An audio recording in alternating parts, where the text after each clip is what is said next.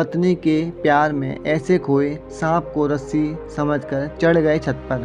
तुलसीदास अपनी पत्नी रत्नावली से बहुत प्रेम करते थे। एक बार रत्नावली अपने मायके चली गईं। तुलसीदास से रहा नहीं गया। उस रात भारी बारिश थी। रत्नावली का घर नदी के उस पार गांव में था। तुलसीदास अपनी पत्नी से मिलने के लिए बारिश में निकल पड़े।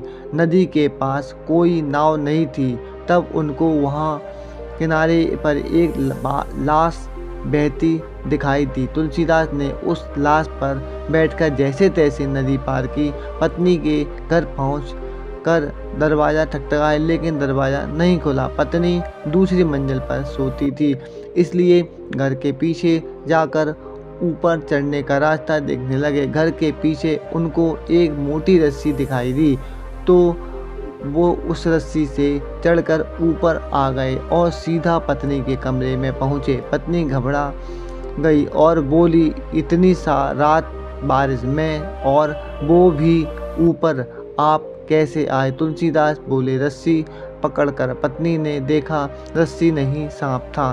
पत्नी की इस आसक्ति को देखकर पत्नी बोली, हे नाथ, मेरी देह से जितना प्रेम करते हो, इतना प्रेम यदि राम से करते तो आपका जीवन धन्य हो जाता। पत्नी की ये बात सुनकर तुलसीदास के हृदय में उतर गई।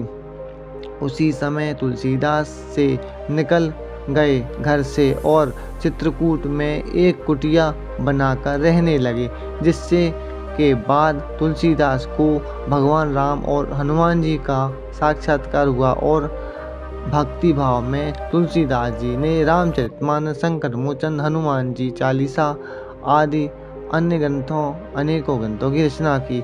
दोस्तों, ये रोमांचक कहानी आपको कैसी लगी बताइए ज़रूर, और धन्यवाद जरूर कीजिएगा। नमस्कार।